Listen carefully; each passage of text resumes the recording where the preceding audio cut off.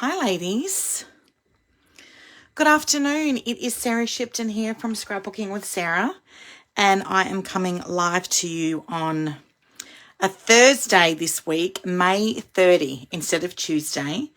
So as many of you know, I do a weekly Technique Tuesday class, and in that class I feature the double page scrapbooking layout that I have created for our weekly scrapbooking challenge. And I posted our weekly scrapbooking challenge on Monday. This is the double page layout here. And I would typically go live on a Tuesday in our Facebook group, sharing that weekly scrapbooking challenge with you all. As many of you know, I was actually up in the Sunshine Coast visiting some of my team members up there, and we had a fabulous time. Let me tell you girls, there is nothing better than getting together and scrapbooking with friends, right? Especially when you all have that common bond formed and you love scrapbooking together. I just had such a great time. Veronica has joined us. Hi, Veronica. I actually spent some time with Veronica on Tuesday. I got to go to her home and we crafted together and had some very yummy toasted sandwiches for lunch. Veronica, thank you so much for making me feel so welcome and spending time with you and our crafty friends. Hi, Abby. Abby has joined us today as well. Hi, Abby. Thanks so much for being online today. So this week's scrapbooking challenge comes to you from the Make It From Your Heart Volume 6 pattern book. And we are working with pattern number 2. And you're looking at 2 photos on a layout here. Now, this very well could have been a single page layout. We did this particular pattern last week. We started with the new book and there was 1 photo to a layout. Pattern 2 has 2 photos. So you could certainly create this layout as a single page layout, but what I decided to do was duplicate the layout and cut everything twice. So then I had a mirror image for the right-hand side page. And I've got 4 portrait photos here. Now, the reason I decided to do that was because A, I love double page scrapbooking layouts. And B, I wanted to show you how you could take a single page layout and convert it into a double page layout simply just by cutting everything twice. And I actually had 4 portrait photos of this particular lunch that we shared together. These photos were taken in Paris. We had lunch in this beautiful district, which was quite trendy and lots of beautiful little bistros and cafes. And they were serving the traditional, typical Parisian food. And we just had such a lovely afternoon sitting there, eating, drinking rosé, people watching, looking at the world go by. And I only had 4 portrait photos of this particular lunch. And I really wanted to showcase them. And so what I decided to do was bring some of these warmer tones, the yellows and the oranges, from the decor and really in the food, as you can see there. And I used the leftover pattern paper. So I've got some pattern paper at the top here. I've got the honey butter sunshine paper here on the outsides as well. And then I've got this blue bicycle pattern paper with the flowers. So I thought that was very Parisian because we saw lots of people riding their bikes around Paris and flower shops everywhere. The blue, I think, just helps to kind of cool it down a little. It's a very warm page. I think it's turned out fabulous. I really love it. But this pattern paper was all left over from my scrapbooking workshop kit, the Enjoy the Ride scrapbooking workshop kit. I still had leftover pattern paper, girls. So the orange paper at the top, this printed pattern paper was exclusive to the kit. So you can only get that pattern paper if you purchase the kit. And then the sunshine paper was part of the paper collection and the blue bicycle paper was part of the collection as well. So I had to bulk it up with, I've used some honey butter cardstock here. They actually were scraps in my kit. So as you can see here with the layout, you don't have paper that goes all the way underneath your photographs. you're only cutting very small portions of paper, and they're sitting on the outside of your photographs or on top of your photos. And so it looks like the paper runs all the way underneath, but it actually doesn't. Okay, so this is a great layout if you've got some scraps of pattern paper to use. Now, obviously, I had to cut my cardstock, so I had photo mats. So I did bulk up my leftovers with a couple of sheets of cardstock in the colour pumpkin to coordinate that there. And in terms of embellishments, I've used the honey butter ink pad here in the blending brushes. I'm going to demonstrate that to you today on some scrap paper. It's a really quick and easy technique. This border sticker was scraps left over. It's a 12-inch sticker, and I've just cut it down and just added some foam tape underneath that just to make that pop. And this large blue sticker, These Moments Matter Most, this was one of the sticker titles that was also left over from the sticker sheet. So everything here was left over from my scrapbooking workshop kit except for the cardstock that I've matted. My photos on, this was another title sticker that was left over. And then I had some gold glitter gems in my stash that I've just used to bling that up a little bit. And in fact, we also compared that with the bluebell glitter gems. So if you had any bluebell glitter gems left over in your stash, you could use those as well. Now, I have got my scrapbooking workshop kit here. So this is what I have left over in scraps. Obviously, I've bulked up that cardstock here, but I still have pattern paper here. So I could certainly create a duplicate of the single page spread that I did last week, which was this one here with the square pattern paper and cardstock. So a really great way to use up those scraps in your workshop kit. And as you can see here with my sticker sheet, I've used all of the stickers, girls, except for this tiny little bit of the orange pattern border here. So I'm really happy with that.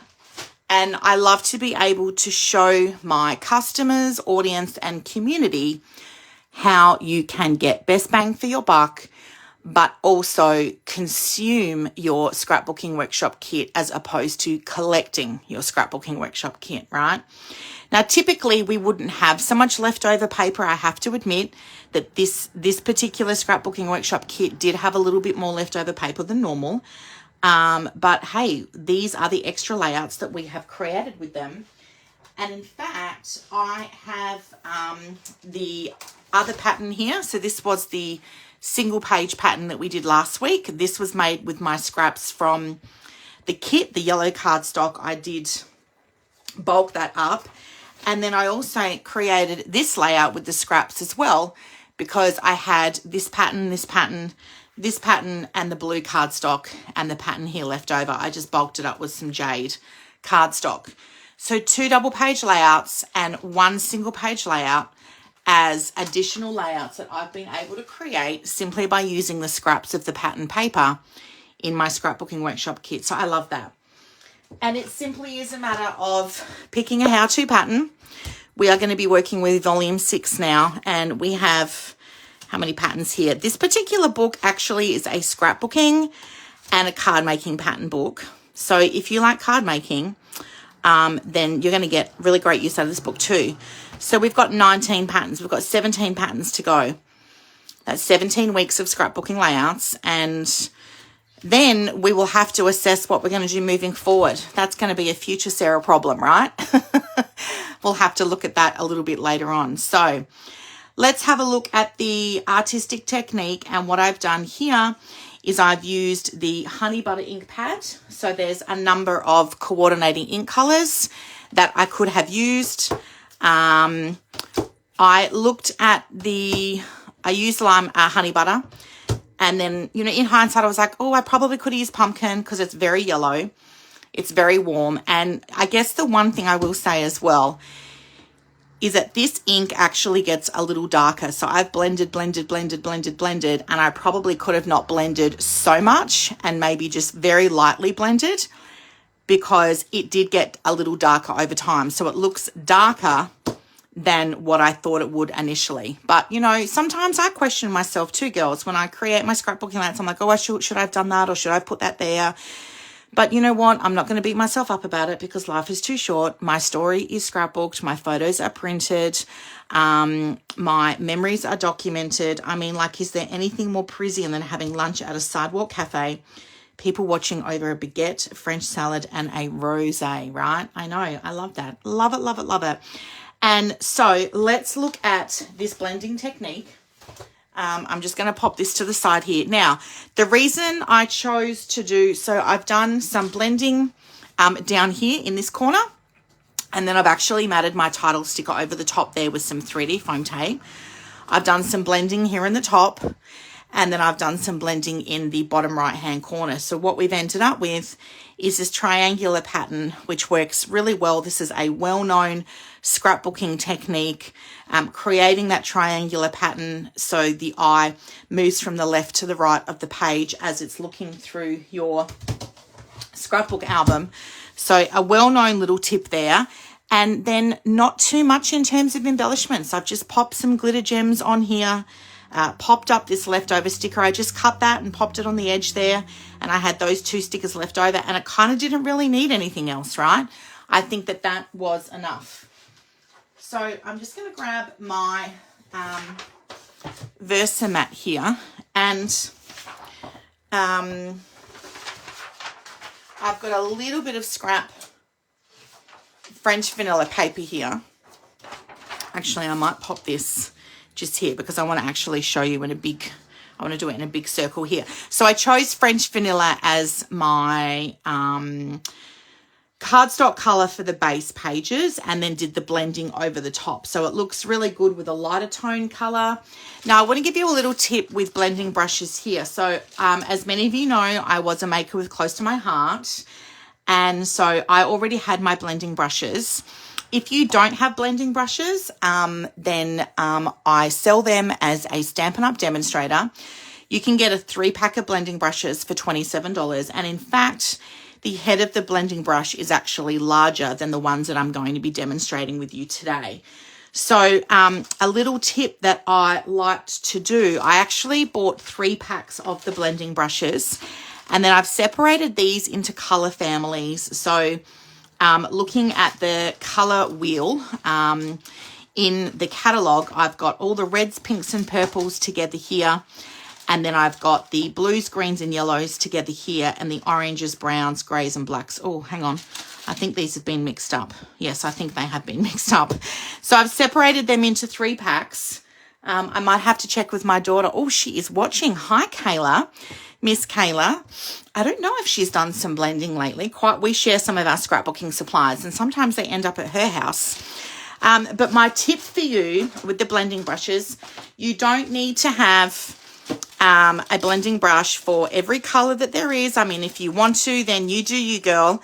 But what I have done here is kind of separated them into the major color families, and then that is what I'm choosing to use. Now you can see here that the ink has actually stained the blending brush. So the inks are a water-based dye ink.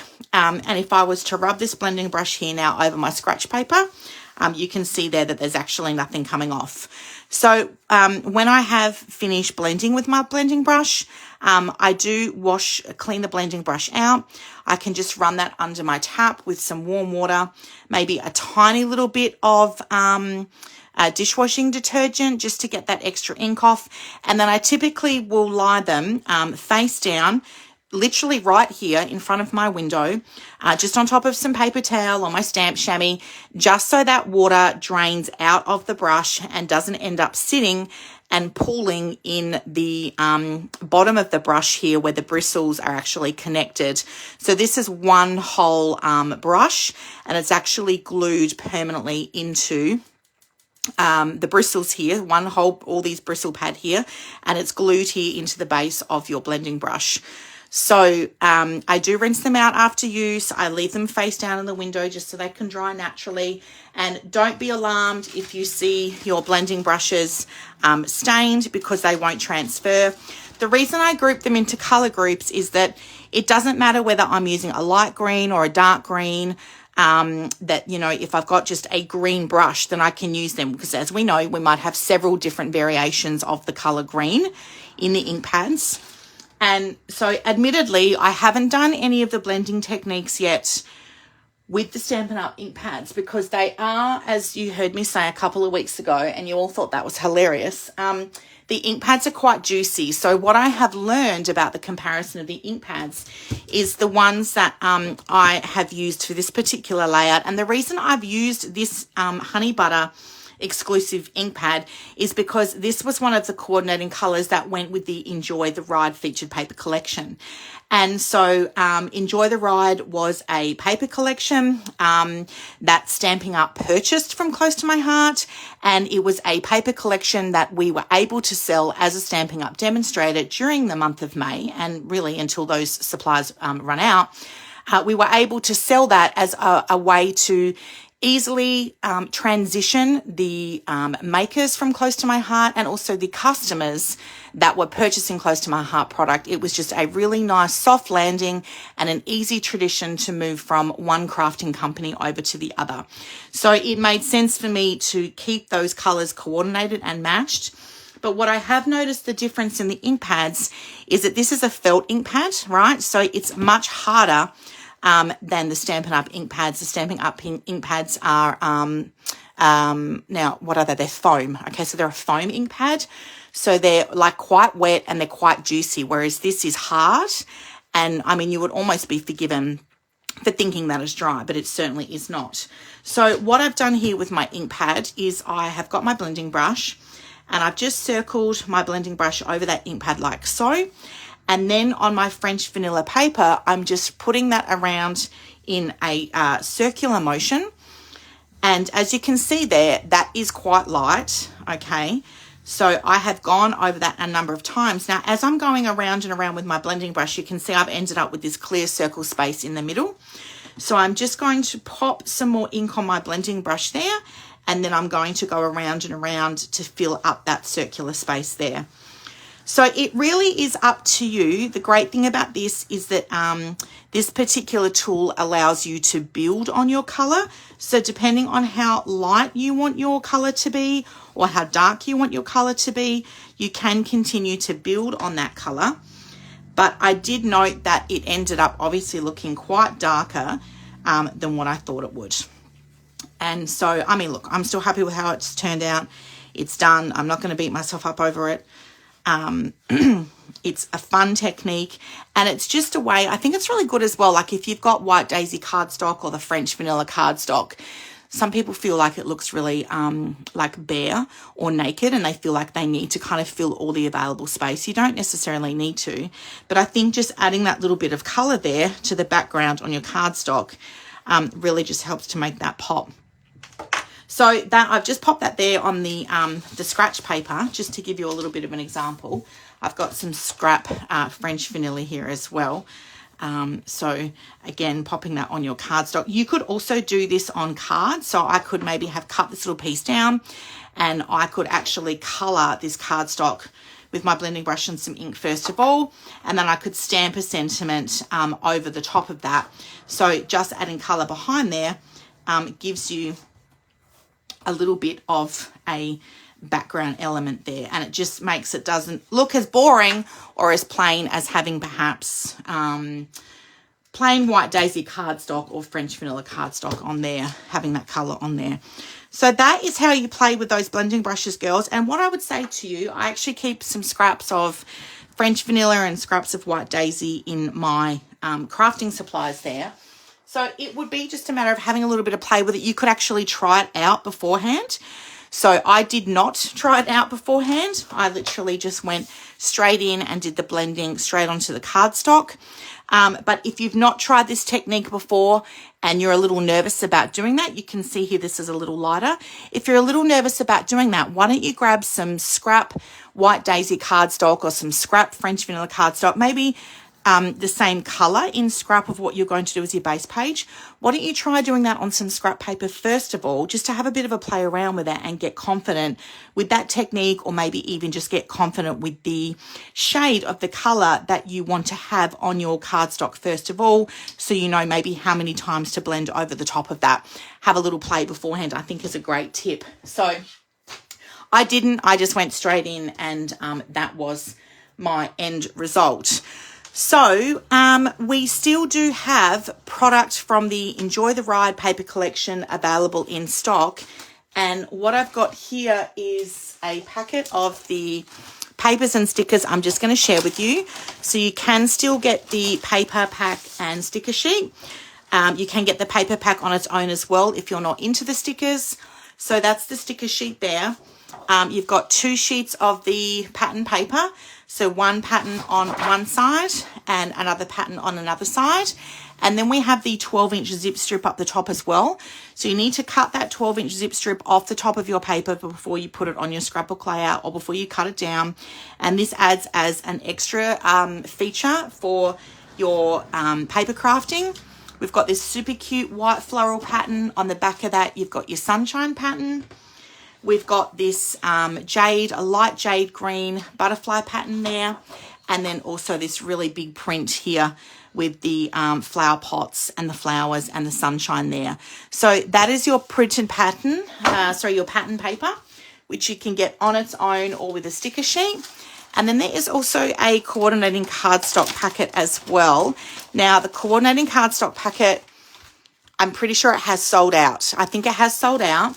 However, if you're coming to my workshops, I do have the coordinating cardstock colours in stock. So we've got pumpkin and the paper is two-tone. So you can see that you've got the original colour of pumpkin here and then that lighter colour of pumpkin in the background. There is also limeade is another one of the coordinating cardstock colours. You've got rosy, coordinating cardstock colour. The cardstock you can purchase as bulk packs on my website. You've got French vanilla. The French vanilla is not two-tone, but that is one of the coordinating cardstock colours. And then you've got bluebird, two-tone with the bluebird. And then you've got the honey butter, which is also in two-tone. Now, there are some ink pads that are still available. They are the close to my heart ink pads.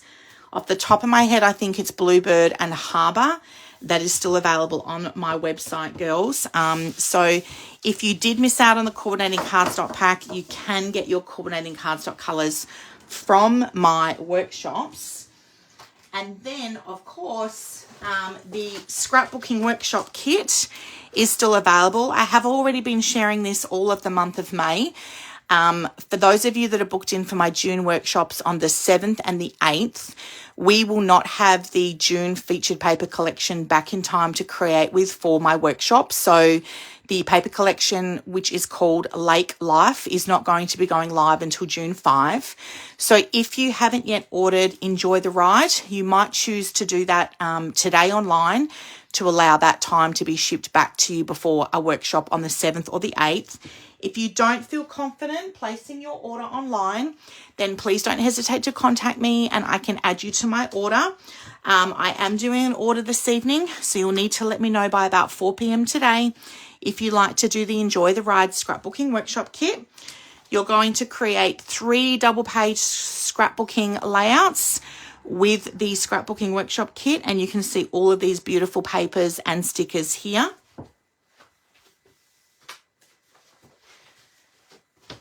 I did also add a Memory Protector Pocket Plus in between this layout here because I had some extra photos on here that I wanted to use. And then I did also add a Memory Protector Pocket Plus on the inside of this layout as well. So the Memory Protector Pocket Plus, before Close to My Heart closed, I did actually stock up on these products because I know that a lot of my scrapbooking customers love to be able to add in those extra photos on their layouts. So for those of you that are local to me, you will be able to purchase them in person at my workshops, or I'm going to be at the Blackwood Market this Sunday. Pop up there and see me. I will have them in stock there for you. I do have an extenuating policy where I can sell Close to My Heart branded product until the end of 2024. So I do have some of those Memory Protector Pocket Plus in stock. If you are remote from me, then please contact me and I can organise shipping anywhere within Australia. So that is the Enjoy the Ride featured paper collection. I'm super excited to share that with you, and I can't wait until June to see what we're going to be creating with the Lake Life featured paper collection. Because I'm not going to have that product ready and in time for our first weekly scrapbooking challenge for June, stay tuned, girls, because you're going to see me creating with some new Stampin' Up product.